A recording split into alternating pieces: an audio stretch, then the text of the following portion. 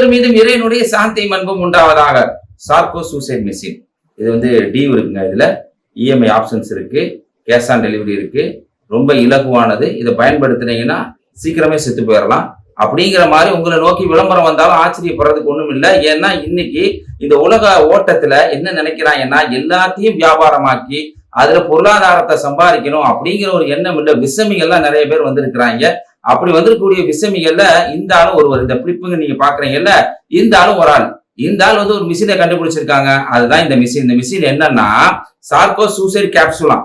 இந்த மிஷின்ல உள்ள போயிட்டா நம்ம ஒரு பட்டன் அமுத்தினோம்னா 21 நிமிஷத்திலேயே நம்ம பயன்படுத்துற ஆக்சிஜன் வெளியில போய் அந்த மிஷினுக்குள்ள போய் நம்ம லாக் ஆனதுக்கு அப்புறம் அந்த பட்டன் அமுத்தினா என்ன ஆகும்னா, அந்த மிஷினுக்குள்ள உள்ள இருக்கும் போது இந்த மிஷினுக்குள்ள அது என்ன பண்ண, காத்தெல்லாம் வெளில எடுத்துரும், ஆக்சிஜன் வெளில எடுத்து நைட்ரஜன் கொடுத்து 30 நிமிஷமே உங்களை சாகடிச்சிருங்க.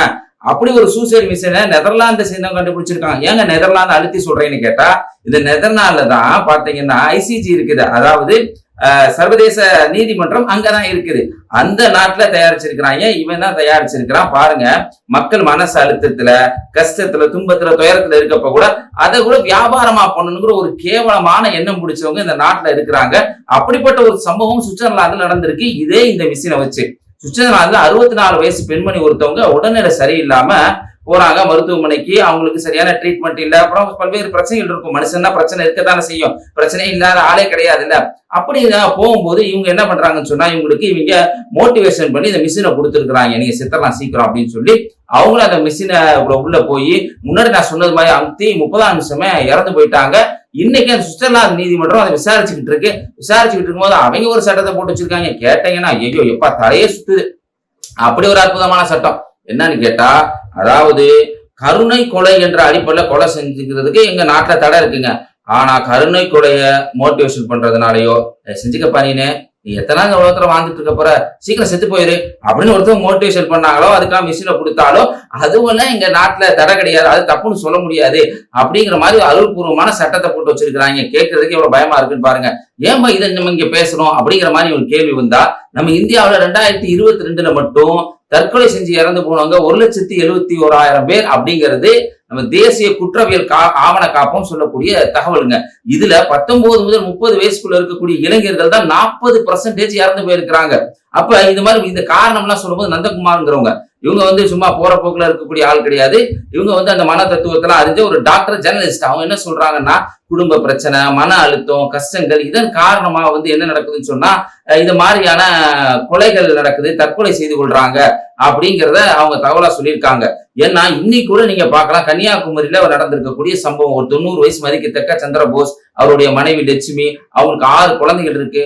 குழந்தை கூட மாசம் அவங்களுக்கு தேவையான உணவு எல்லாம் கொடுத்து தனியா ஒரு குடுத்தனமா வைக்கிறாங்க. ஆனா மனைவி லட்சுமி நோய்வாய்ப்படுறாங்க. அதனால இவருக்கு மன அழுத்தம் ஏற்படுது. மன அழுத்தம் ஏற்பட்டு அவர் என்ன பண்றாருன்னு சொன்னா, வந்து நான் கருணை கொலை பண்ணிடுறேன் அப்படின்னு சொல்லி, கண்ணு தெரியாம இருந்த அவரே வந்து புரியாம தெரியாம இல்ல ஏதோ ஒரு காரணத்தினால மன அழுத்தத்தினால போய் தன்னுடைய மனைவியை கழுத்து அறுத்து கொல்லக்கூடிய நிகழ்வு நடந்திருக்கு.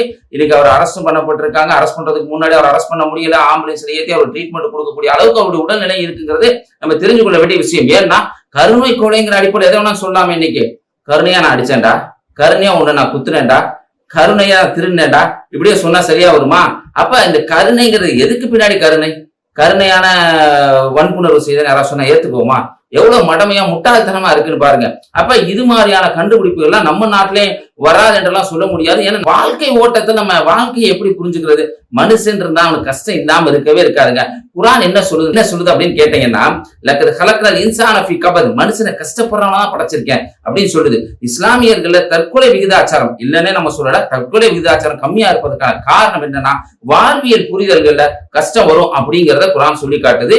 அதே மாதிரி எங்களுடைய முன்மாதிரி இருக்கக்கூடிய நபிகள் நாயகம் வந்து கஷ்டப்பட்டாங்க. உலகத்துல வாழும் போது நபியாக தேர்ந்தெடுக்கப்பட்டதுல இருந்து அவங்க மரணிக்க வரை 23 ஆண்டு காலம் தொடர்ந்து 3 நாட்கள் வந்து வயிறார சாப்பிட்டது இல்ல. 3 மாதங்கள் கழிச்சிருக்கோம். வீட்டுல அடுப்பே பற்ற வைக்கப்படாத நிலை. அப்புறம் வந்து அந்த கட்டத்துலதான் அவங்களுக்கு எதிராக இழிச்சுள்ளு பழிச்சுள்ளு பல போர்க்களங்கள், இயற்கையான மரணங்கள், இப்படி பல்வேறு நிலைகளை சந்திச்ச நபிகள் நாயகம் அவர்கள் எந்த ஒரு இடத்திலும் இந்த பிரச்சனைக்காக துவண்டு உட்காரல, மன அழுத்தத்துக்கு உள்ளாகல.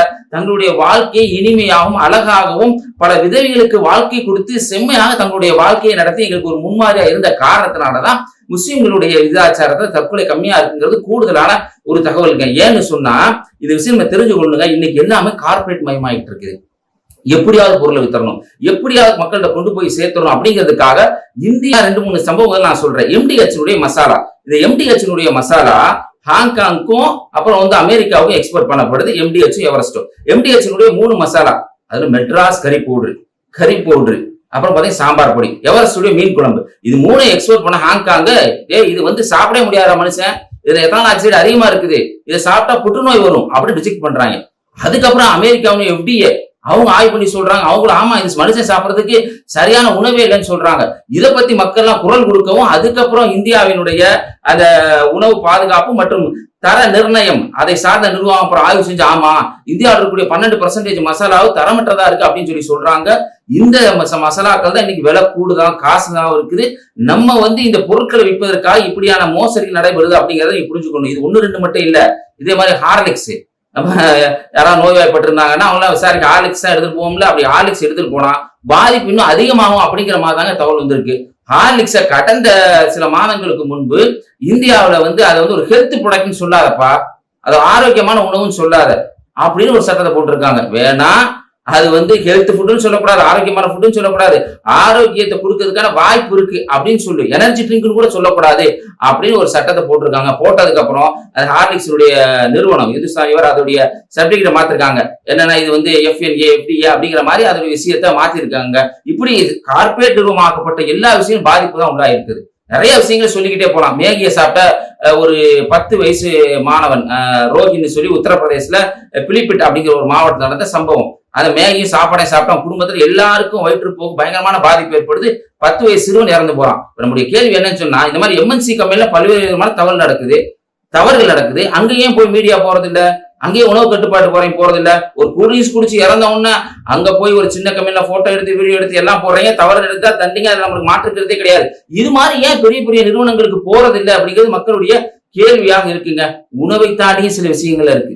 தடுப்பூசி நீங்க அமெரிக்காவில் பாத்தீங்கன்னா 23 வயசு மதிக்கத்தக்க ஒரு பெண்மணி, இவங்க பாத்தீங்கன்னா இவங்களுடைய பேர் பாத்தீங்கன்னா லோரன்சி. இவங்க என்ன பண்றாங்கன்னு சொன்னா, இவங்களுக்கு வந்து ஒரு நோய் இருக்குது. அந்த நோய்க்காக வந்து ட்ரீட்மெண்ட் எடுக்கிறதுக்காக தடுப்பூசி போடுறாங்க. PHN அப்படின்னு ஒரு நோய் இவங்களுக்கு இருக்கு. அந்த தடுப்பூசி போட்ட உடனே இவங்களுக்கு என்ன கொஞ்ச நேரத்துல வாந்தி வருது, கண்ணு பார்வை இழந்துறாங்க, மூஞ்சியெல்லாம் பாருங்க இப்படி ஒரு நிலை ஏற்பட்டுருது. அமெரிக்காவெல்லாம் நீங்க இந்த மருத்துவத்துக்கு போனா சொல்றாங்க எப்படின்னா, சொத்தே வித்தாலும் செலவு செய்யணும், அந்த அளவுக்கு ரொம்ப காஸ்ட்லியா இருக்கும், தேர்ட் பார்ட்டி தான். அப்புறம் இந்த பெண்மணிக்கு வசூல் செய்ய முடியாம அவங்க இன்ஸ்டாகிராம்ல போட்டு, அப்புறம் அங்க இருக்கக்கூடிய மக்கள் மேல இறக்கம் காட்ட நல்ல மக்கள் என்ன பண்ணிருக்காங்கன்னு சொன்னா, இவங்களுக்கு உதவி செஞ்சு இவங்களை காப்பாத்திருக்காங்க அப்படிங்கிற செய்தியை பார்க்க முடியுதுங்க. அப்ப கார்பரேட்டாக ஆக்கப்படக்கூடிய விஷயங்கள் அனைத்தும் மக்களுக்கு எளிதியா தான் இருக்குது. இது மாதிரி இந்த சார்கோ சூசைட் மிஷின் மாதிரி விஷயங்கள்லாம் மக்களுக்கு தீமை விளைவிக்கக்கூடியதா இருக்குது அப்படிங்கிறத புரிஞ்சுக்கணும். ஆனா இந்தியாவில் இதை பத்தி பேச மாட்டேங்கிறாங்க.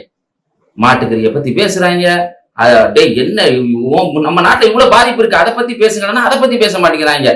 அப்ப இவ்வளவு பாதிப்பில் இருக்க விஷயத்த பேசாம அத ஒரு மாட்டு இறைச்சியை வச்சு அதை ஒரு அரசியலாக்கக்கூடிய ஒரு போக்கும் இந்த சமயத்துல கண்டிக்கத்தக்கதா இருக்குது அப்படிங்கிறதையும் மக்கள் புரிஞ்சு கொள்ளணும். இது மாதிரியான உணவு பண்டங்கள்லாம் தவிர்க்கணும்.